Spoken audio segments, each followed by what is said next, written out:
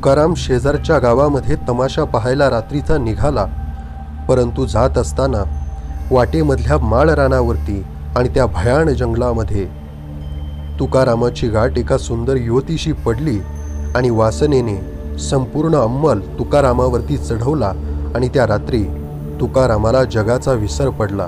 तो पूर्ण तिच्या सौंदर्यात आकंठ बुडाला. सकाळी पक्ष्यांच्या चिवचिवाटाने तुकारामला जाग आली, परंतु त्याला कळलं की आपलं पूर्ण अंग दुखत आहे.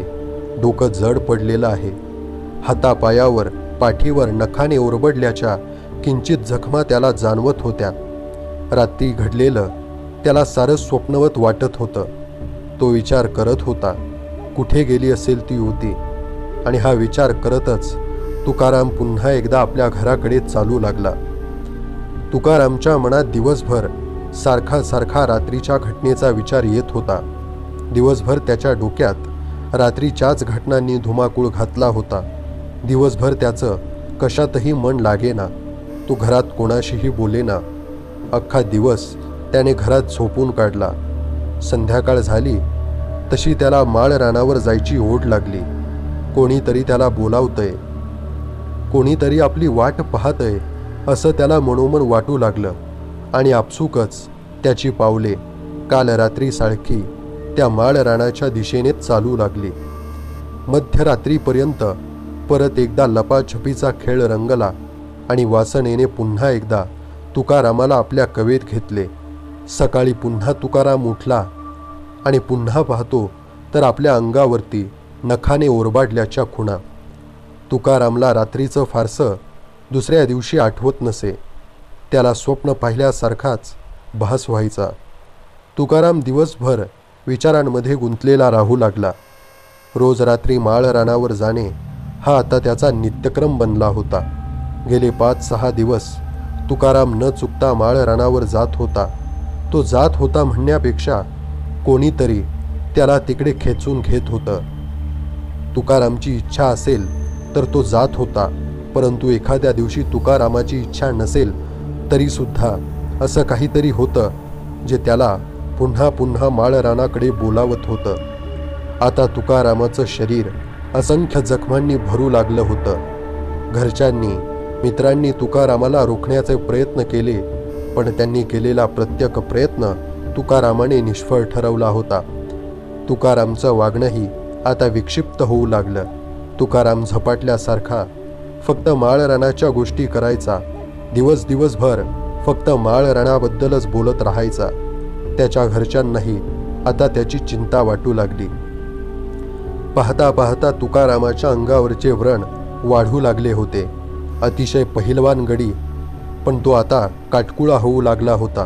त्याची तब्येत दिवसेंदिवस खंगत चालली होती आणि वागण्यात विक्षिप्तपणा आला होता. घरच्यांच्या लक्षात आलं की हा काहीतरी वेगळाच प्रकार आहे आणि हा आपल्या आवाक्याबाहेरचा, कल्पनाशक्ती बाहेरचा आहे. त्या काळी जवळच्या गावात देवाची भक्तिभावाने पूजा करणारे गृहस्थ राहत होते. कित्येक लोकांची त्यांनी दुष्ट प्रकारांपासून सुटका केली होती आणि तुकारामाच्या घरच्यांनी शेवटी सर्व उपाय हरू त्या गृहस्थांना पाचारण करण्याचा निर्णय घेतला. ते गृहस्थ तुकारामाच्या समोर येऊन उभे राहिले. त्यांनी तुकारामाकडे एक दृष्टिक्षेप टाकला आणि तशी संपूर्ण घटना त्यांना कळून चुकली. तुकारामला आज कुठल्याही परिस्थितीत माळा रानावर जाऊ देऊ नका, त्यांनी घरच्यांना आणि तुकारामच्या मित्रांना आज बजावून सांगितलं. लक्षात ठेवा, आज अमावस्या आहे. इतके दिवस फक्त तुकारामाच्या अंगावरती जखमा झाल्या, पण आज अमावस्येचा दिवस आहे. आज कदाचित तुकारामाचा घात होऊ शकतो, अशी स्पष्ट सूचना तुकारामच्या घरच्यांना देण्यात आली. संध्याकाळ होत आली तसा तुकाराम बडबडू लागला, परंतु घरच्यांनी त्याला जाड रश्शीने बांधून टाकला. त्या गृहस्थांनी देवाची पूजा आणि नामस्मरण सुरू केले. तुकारामाला दुसऱ्या खोलीत बंद करण्यात आलं होतं. त्याने पळून जाऊ नये म्हणून खोलीला बाहेरून कडी लावण्यात आली आणि सर्वजण देवघरात त्या गृहस्था शेजारी बसून आता काय होईल, आता काय करायचं यावर त्यांचा विचार विनिमय सुरू होता. गृहस्थांनी सांगितलं, आता सर्व देवाच्या हातात. आपण त्या परमेश्वराला शरण जाऊया. तो नक्कीच आपल्याला मदत करेल. तो आपल्याला निराश करणार नाही. आता तिच्या तावडीतून या तुकारामला जर कुणी सोडवू शकेल तर तो फक्त भगवंतच. फक्त तुम्ही मनोभावे देवाची पूजा करा, अनन्य भावाने त्याला शरण जा. आणि इकडे तुकाराम जीवाच्या आकांताने सुटण्यासाठी धडपडत होता. मला जाऊ द्या, ती माझी वाट पाहते आहे, ते माळरान माझी वाट पाहते आहे, सोडा मला. जीवाच्या आकांताने तुकाराम ओरडत होता. हळूहळू त्याचा आवाज कमी कमी होत गेला आणि अखेरीस शांत झाला. तेवढ्यात बाहेरचं पोरगं लगबगीने घरात पळत आलं आणि सांगू लागलं, तुकाराम सुटलाय, माळरानाच्या दिशेने निघालाय. त्या गृहस्थांनी काही निवडक लोकांना सोबत घेतले आणि माळरानाच्या दिशेने जाण्याचा निर्णय घेतला. आज कुठल्याही परिस्थितीत तुकारामला वाचवणे जरुरीचे होते. आज ती आत्मा तुकारामचा जीव घेऊ शकणार होती. आज अमावस्या होती आणि आज अमावस्येच्या दिवशी त्या आत्म्याची ताकद शतपटीने वाढणार होती याची त्या गृहस्थांना कल्पना आली होती. सर्वजण काही टेंबे घेऊन तर काही जण कंदील घेऊन माळरानाच्या दिशेने निघाले. इकडे तुकाराम माळरानावर आमराईत पोहोचला आणि त्या युवतीला शोधू लागला. पैंजणांच्या आवाजासोबत ती युवती त्याच्या समोर दाखल झाली.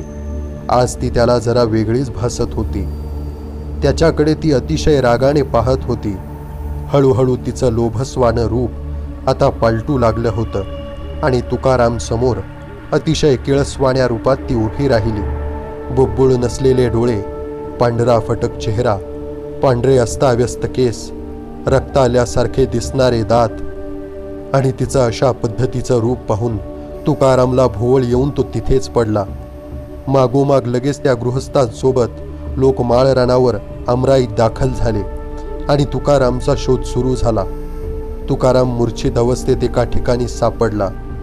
आमराईत एक दोनदा मोठ्याने खी खी खी हसण्यासारखे आवाज झाले. काही झाडांच्या फांद्या हल्ल्यासारखे सळसळ आवाज झाले. जणू कोणीतरी मुद्दामहून अस्तित्व दाखवण्याचा प्रयत्न करत होतं आणि तुम्ही इथून निघून जा असा सांगण्याचा प्रयत्न करत होतं. किंकाळीसारखा आवाज ऐकल्याचेही काही जण सांगतात. लोकांनी तुकारामाला घरी येऊ लागले तसं त्यांच्यासोबत कोणीतरी अंतर राखून जंगलाच्या दिशेने त्यांच्यासोबत मार्गक्रमण करत असल्याचा भास काहींना झाला. तुकारामाला घरी आणण्यात आलं. भीतीने त्याची दातखीळ बसली होती. कधीही न घाबरणारा गडी आज मात्र थरथर कापत होता. त्या गृहस्थांनी देवाची आराधना केली. तोंडातल्या तोंडात काहीतरी पुटपुटत बसले आणि दरवाजाकडे रोख करून रागात बोलू लागले. इथपर्यंत आलीस, थांब, आता तुला दाखवतोच, असं म्हणत काहीतरी बडबडत उमऱ्याच्या दिशेने जाऊन त्या गृहस्थांनी तिथे कसली तरी खूण केली. मग बाहेर जाऊन मोठ्याने काहीतरी पठण केले. बाहेर कसला तरी चिर्र आवाज आला. अनेक लोक तो आवाज ऐकल्याचं सांगतात. गृहस्थ घरात आले आणि घरच्या लोकांना सांगितलं, मी तिचा बंदोबस्त केलाय. आता तुमच्या तुकारामला तिच्यापासून काही एक धोका नाही. फक्त त्याला दररोज देवाची आराधना आणि देवाचे नित्य नामस्मरण करण्यास सांगा आणि एकट्याला असं कुठे रात्री पाठवत जाऊ नका. रात्रीच्या वेळीच ही अशी अघोरी पिशाच्च माणसाचा घात करतात. तुकाराम तापाने फणफणत होता आणि भीतीने थरथरत तो गारठला होता. 2-3 दिवसात हळूहळू तो पूर्वीसारखा झाला. परंतु परत कधी एकट्यानं असं रात्रीच्या वेळी फिरण्याचं धाडस त्यानं दाखवलं नाही.